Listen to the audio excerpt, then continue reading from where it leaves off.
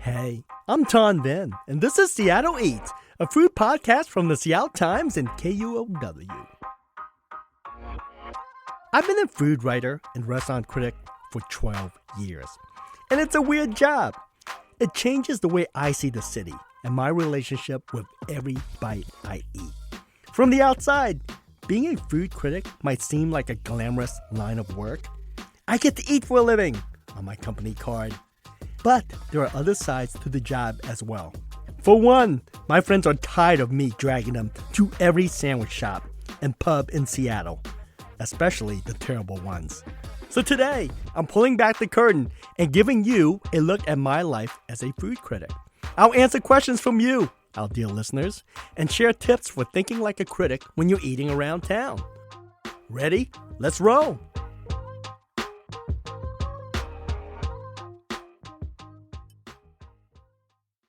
Hey, Seattle Eaters! I'm in the studio with Seattle Eats producer Claire McGrain. Hey, Claire. Hi, Ton. Always good to see you. So, Claire, I knew you have some questions that listeners sent in. So, fire away. Yes, thank you to everyone who sent in a question for Ton about being a food critic. I'm going to read some that I think will make an interesting conversation for us today. So, number one, first up, from Laurel. If you have bad food or a bad experience at a restaurant, do you choose to not post your review? And she says, if I had a large platform, I would worry about hurting a small business. Oh, good question and a tough question. I hope not all this tough. But it's a fair question because we do get asked about this when we give a negative review. I sort of gave it away already. Yes, we do publish negative review.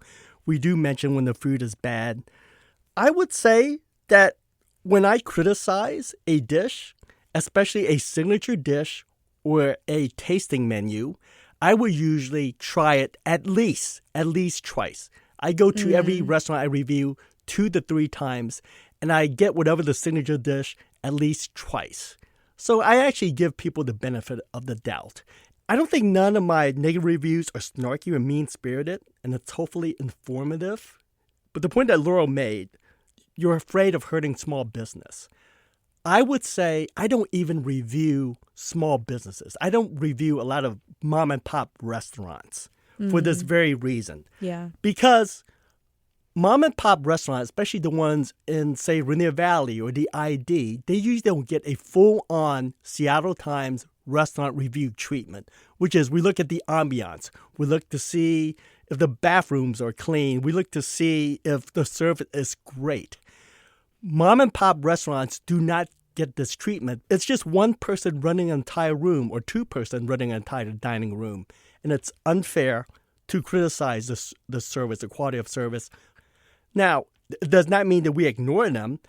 For instance, Jackie Variano, my colleague, runs a weekly neighborhood eats column, and that is where you see a lot of the mom and pop small business that Laurel talks about, where we mention, hey, in this neighborhood, check out this rice dish or that dish. That's what we do instead of giving them a full-on restaurant treatment. So this is really interesting because I think from the outside, a reader could assume that everything the Seattle Times publishes about restaurants is a review.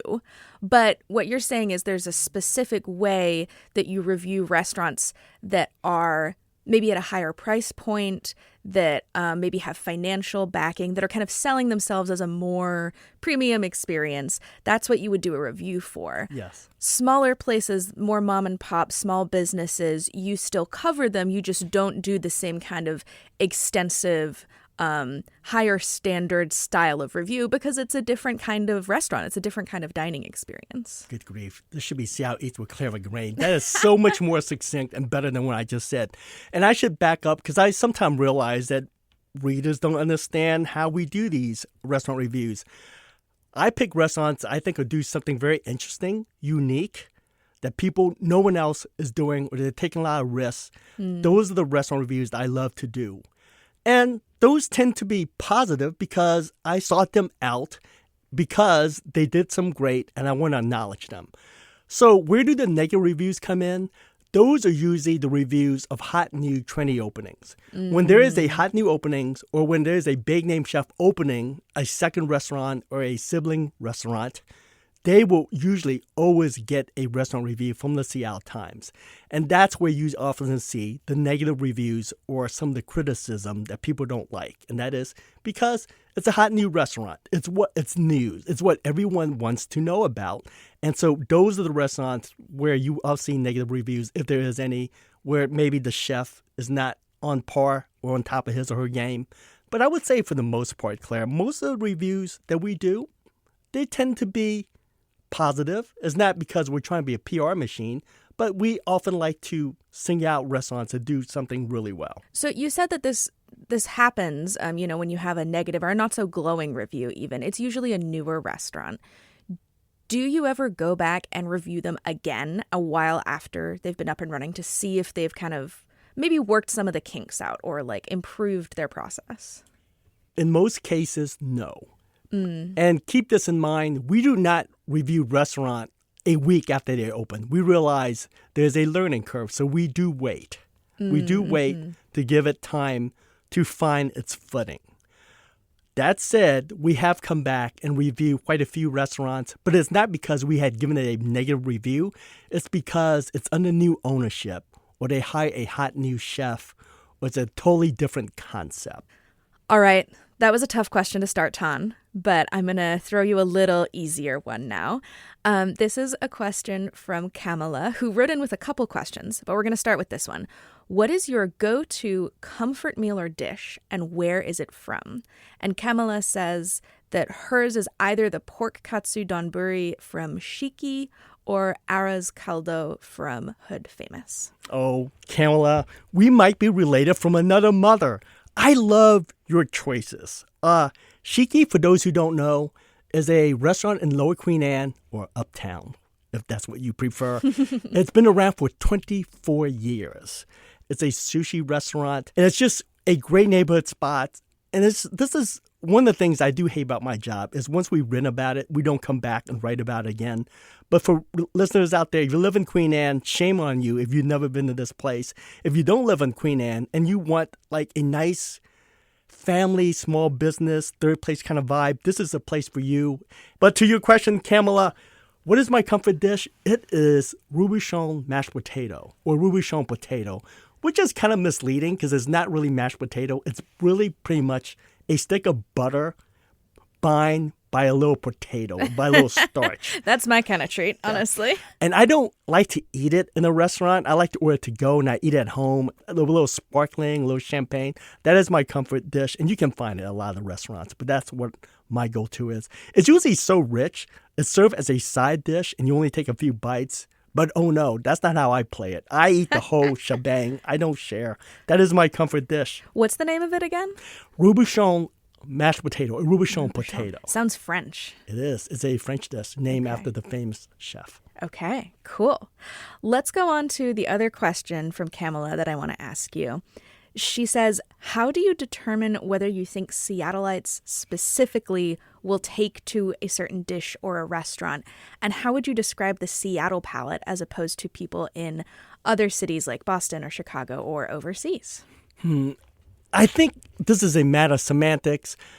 It's not so much palate, but also expectation and regional culture. I would say for Seattle, I don't think we have this really that unique palate. I would say Seattle, and I know vegans and vegetarians disagree with this, but I would say there are more vegetarian and plant-based dish on the menu in Seattle than in a lot of cities. And I know, because I get complaints all the time from vegans and vegetarians, just as yourself, Claire, who complain there's not enough. But compared to other states and other big cities, I would say we have more. And I like to compare regions just to give people some sense. Compared to the South. In the South, I live in Georgia, North Carolina. The dishes are just covered in lard a lot of times. It's really greasy and it's really fatty. I think Seattleites would say this is unhealthy or out of balance. Whereas in the South, it's just a cultural thing. They love these rich dishes. They love hot sauces with their dishes. There's a lot of condiments, hot sauce condiments, on a lot of tables in a lot of places. So I would say that is the big difference. But I wouldn't say that we have such a unique palate that is so different from the rest of the country.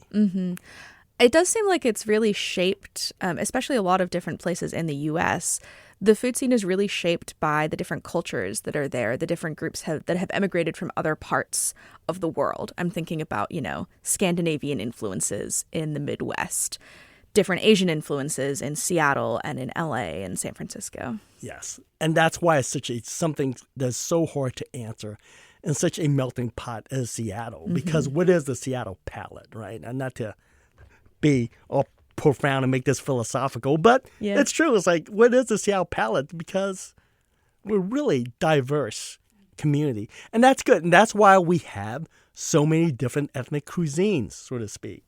Yeah. Okay, here's a question, a follow-up from me.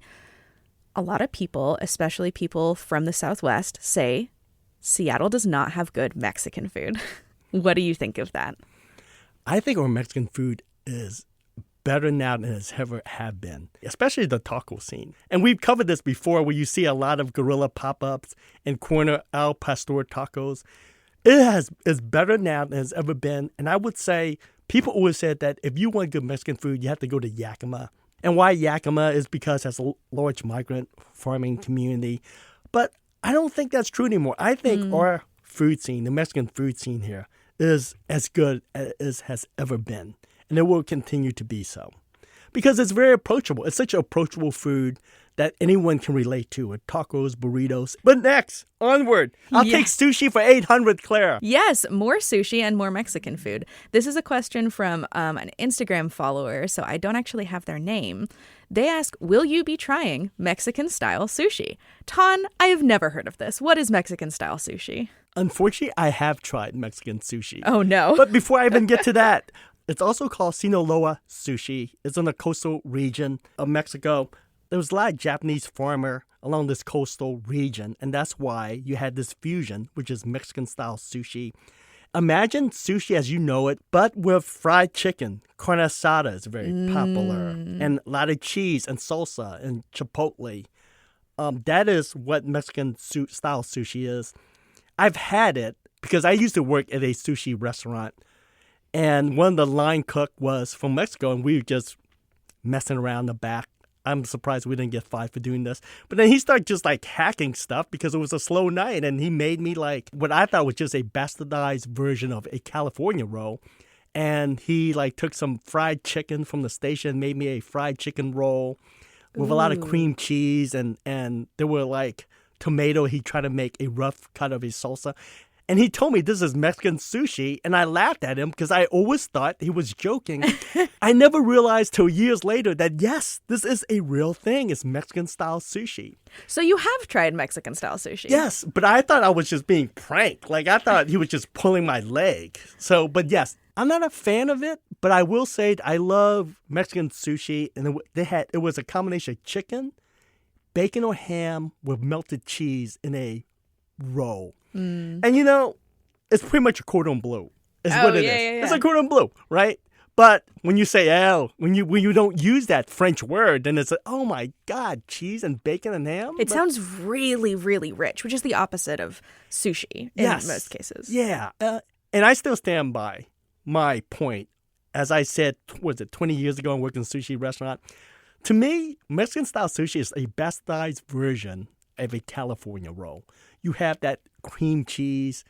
It's really over the top. A lot of avocado, usually. Well, it's not for everyone. You may not like it, but Ton, I think you're convincing me to go try it because that sounds really fun. I don't think I could eat a whole roll, but I could totally do maybe split a roll with my husband and we get a side salad, maybe a seaweed salad to get some more fresh veggies in there.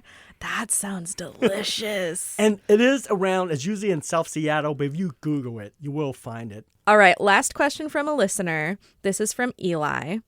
Do you ever get heartburn? And if so, what strategies do you use to still try all the food? I can't remember the last time I had heartburn. But really? I can't. I think it was 5 years ago. I brought a Costco-sized generic version of Tums. And it's still pretty much full because I don't really get heartburn. Very seldom I get heartburn. And I think the reason why, Claire, because I eat out so much, I know my limits. I will tell you what I do. I think I mentioned this before. I would eat up to 3 dinners on alternative days. Yeah. And on those days, without even realizing it until Eli has asked this question, I eat more slowly I chew slower, and moderation in terms of fatty food. Mm-hmm. That's what probably helps me. And I know that when you go out to do your big eating evenings, you don't eat the full meal, right? You'll order a few dishes and try a bit from each of them. Yeah, and I drink a lot of Finette, and I do a lot of digestive, but I don't think that has anything to do with heartburn. That just helped me pace my meal. Mm-hmm. But God, thanks, Eli, for the question. I never realized that, but that's probably why subconsciously I do that. Yeah. We haven't talked much about your health, but I know just from talking to you kind of off mic, working on the show, that this is something you think about a lot because you're eating out a lot. It's a lot of sodium, butter, fat, and it's part of your job. So, like, how do you keep yourself healthy? I'm not that healthy. I'm really irresponsible in that sense. I think what freaked me out is in the last 5 years, I know ever since the LA restaurant critic Jonathan Gold died, and a few other critics have stepped down for health reasons, I'm more self-conscious about that. But I just continue to do what I do, and I guess until I just keel over, I keel over. But I do run a lot. I run almost every day. And I mentioned this several times. I do hot yoga in a hoodie to help me sweat it out. You could just go to a sauna. Seems easier. I know this is a poor man's sauna. I'm killing two birds with one stone. I love doing yoga. It helps me with my stress level.